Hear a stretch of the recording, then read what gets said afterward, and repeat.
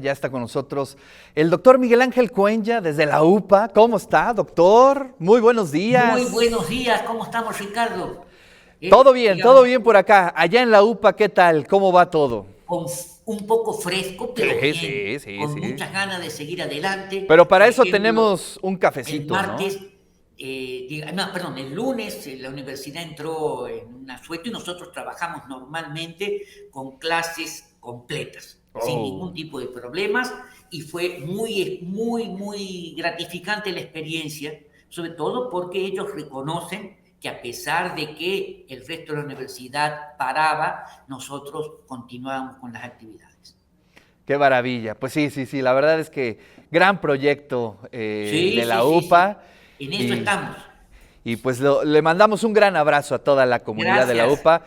Y pues cuéntenos Bueno, qué, hoy yo qué, qué vamos a quería ver el día de hoy. platicar un poco de una institución que todo el mundo conoce con su nombre, pero nadie sabe su historia, que sería San Javier, la famosa penitenciaría de San Javier, que fue cambiando a lo largo del tiempo de usos y hoy, por ejemplo, pasó a ser centro cultural, el CIS, es decir, diversos tipos de actividades oficiales e institucionales. No es una obra porfiriana, por decirlo de alguna manera, sino es una obra que nosotros debemos rastrearla al periodo colonial. Es decir, desde muy pocos años después de la fundación de la ciudad, el ayuntamiento estableció una cárcel municipal, o se llamaba del ayuntamiento, ubicada sobre el Portal de las Flores, donde el Portal de las Flores, donde está actualmente el Palacio Municipal, el pasaje del ayuntamiento, ahí estuvo el primer templo hasta que se construyó la iglesia catedral, y ahí estaba también la cárcel del ayuntamiento, cárcel municipal. Digamos, era necesario para establecer el orden y que las autoridades pudieran, y los jueces correspondientes, determinar las actividades. 1551, 20 años después de la fundación de la ciudad, ya la cárcel tenía tres salas, una para blancos, es decir, españoles y mestizos, una para negros, ambas en la planta baja, y en la planta alta una sala para mujeres. De esa manera establecían la distribución. Tampoco vamos a pensar que eran muchos los presos que se conjuntaban, sino que entraban y salían, los utilizaban para hacer obras públicas, los sacaban bajo control para construir algunas obras, para arreglar calles, sobre todo los puentes en épocas de inundaciones que se rompían, todo eso. Los indígenas, por su parte, tenían su propia cárcel dentro o junto a las casas de comunidad controladas por las mismas autoridades indígenas. Es decir, en ese sentido, las autoridades fueron muy claras, no mezclar los tantos. De esta manera, a lo largo del periodo colonial, siempre fue una preocupación de las autoridades municipales que la cárcel tuviera médico, digamos, que se le pudiera dar alimentos a la población. Y en el siglo XVIII, ya en la segunda mitad del siglo XVIII, hacia 1774, la cárcel dejó de estar ahí en el Portal de las Flores y se trasladó en lo que nosotros podemos decir la planta baja del Palacio Municipal sobre el pasaje del ayuntamiento. En lo que se conocía como el callejón del ayuntamiento o el callejón del teatro. Para 1825, en el antiguo colegio de San Ignacio, frente, digamos, de los jesuitas, frente al hospicio, había una cárcel, digamos, también del ayuntamiento, que contaba con talleres, contaba con carpintería, con zapatería.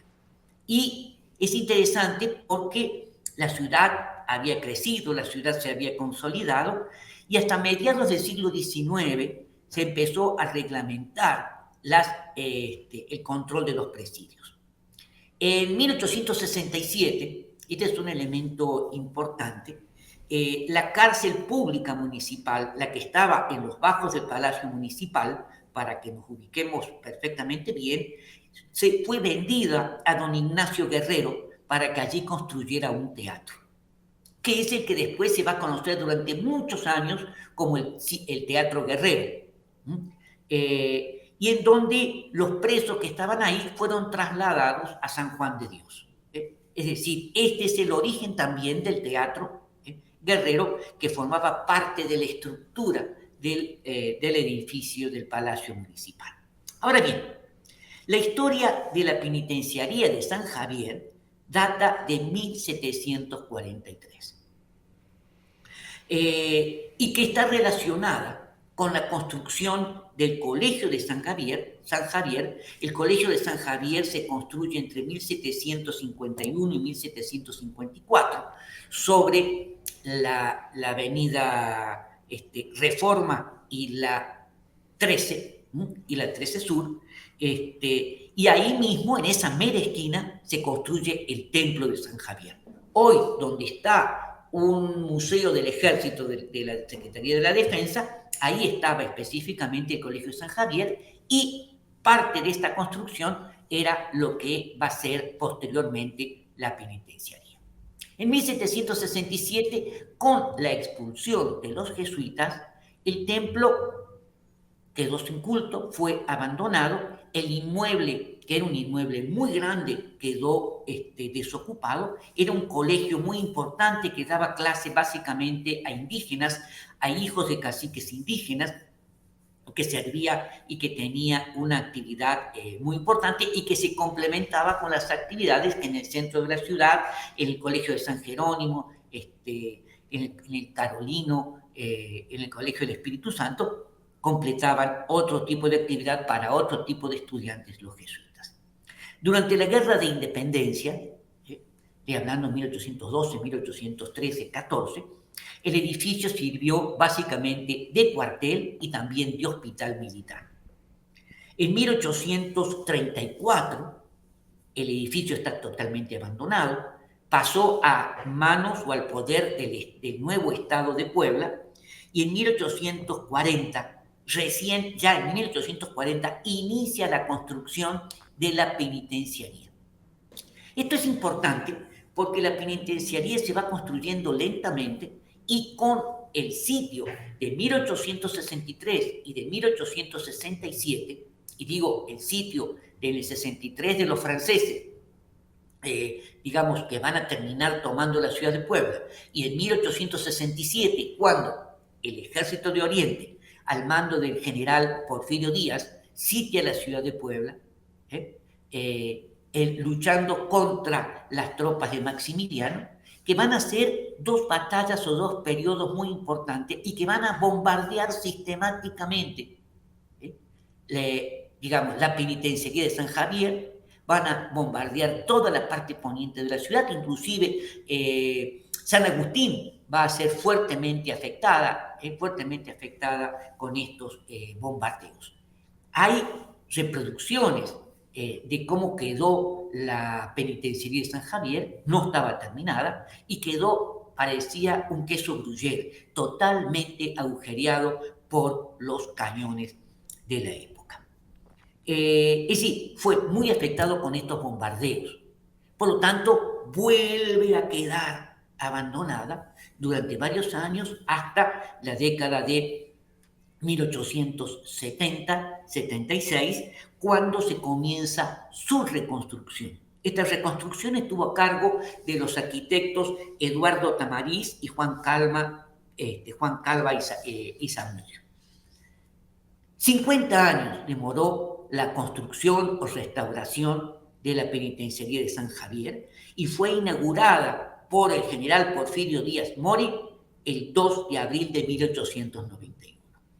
¿Cuál es la importancia? Si nosotros vamos y visitamos, vamos a realizar algún trámite municipal o del gobierno del Estado, vamos a encontrar un patio central que se puede observar con precisión el sistema panóptico tipo octogonal, en la cual se dividía en diversos ramales las celdas, las cárceles, que daba a un espacio central, totalmente diferente a lo que va a ser San Pedro, por supuesto, como hospital. Y lo interesante es que desde cualquier punto se tiene una visión panorámica de todo el edificio. Y nosotros podemos pasar por el costado, vemos las barras, vemos los almires, las zonas de custodia de la cárcel, que son justamente de esta época. Fue la primera penitenciaría del país, antes que Lecumberri. Lecumberri va a seguir los mismos lineamientos y la misma idea de la construcción de una penitenciaría en una zona muy pantanosa, como era, digamos, donde está actualmente cerca de San Lázaro, Lecumberri. La penitenciaría de San Javier contaba con 36 pabellones, 522 celdas y llegó a alojar 202 reos. Es decir, condiciones verdaderamente desahogadas frente a lo que sería hoy cómo funcionan las penitenciarías, la sobrepoblación existente. Fue, podemos decir, la cárcel más moderna y la más eficiente de la época. Tal es así que, digamos, acá en la penitenciaría de San Javier se va a inaugurar el primer laboratorio criminalístico y antropométrico del país, en donde va a haber un grupo de científicos que van a trabajar en una cosa verdaderamente increíble, pero interesante, muy de la época, digamos, podríamos decir así, en donde miden los rasgos antropométricos de su población, distancia de los ojos, la nariz, estructura de la cara, para determinar si es criminal o no, si tiene tendencias delictivas o no. Este laboratorio posteriormente se va a trasladar a Lecumberri. Entonces, eso yo creo que es lo importante. Hay fotos de cada uno de los presos para 1907, 1908, en donde está la información verdaderamente extraordinaria. Esto fue estudiado por una historiadora, la doctora Lidia, y verdaderamente Nidia Barrera, Nidia Cruz Barrera, y verdaderamente uno se asombra de los elementos. Claro, ya posteriormente fue cárcel hasta 1984, dejó de ser cárcel, fue abandonada, fue restaurada, durante mucho tiempo funcionó el Archivo General de Notarías en la planta baja, funcionó también el Archivo General del Estado, funcionó el Archivo Judicial, o por lo menos una parte del Archivo Judicial, y se le empezó a dar una serie de funciones. En la planta baja estaban notarías, también en la planta baja estaba el judicial, en el primer piso, en uno de los pabellones, estaba el Archivo General del Estado.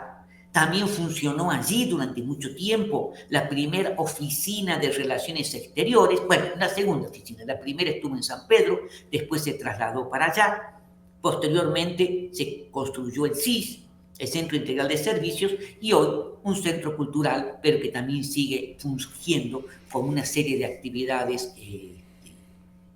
públicas para solucionar temas, especialmente municipales o estatales.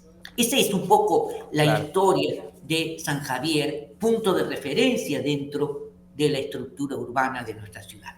Eso es lo que yo les quería platicar el día de hoy. Gracias, doctor. Pues a mí el periodo que más, que lo conocí realmente y que la pasé muy bien, fue cuando era el Instituto, no sé, de la Cultura o algo así. Ahí, Instituto Cultural. Instituto Cultural Poblano, ¿no? Era ahí.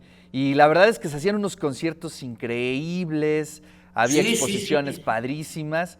Y bueno, pues hoy dan otro tipo de servicios, pero yo siento que está desperdiciado, ¿no? Sí, totalmente de acuerdo, totalmente de acuerdo. Ese gran patio es un foro natural y que pues actualmente es fantástico, no tiene. octogonal, bueno, y ya no está ahí el archivo judicial, no está notarías, tampoco está el Archivo General del Estado, es decir, todo eso quedó vacío. Y entonces hay un desperdicio. Yo reconozco que echarlo a andar sale mucho dinero, porque había que reestructurarlo, pero como centro cultural estaba perfecto. Sí. Que complementaba la Casa de la Cultura, que ya es muy pequeña, ¿no? Así es, sí, la verdad es que fue un momento muy, creo que significativo de la cultura en Puebla, y bueno, pues esperemos que algún día se retome. Doctor, muchísimas gracias, le mando un gran abrazo. Igualmente, nos vemos.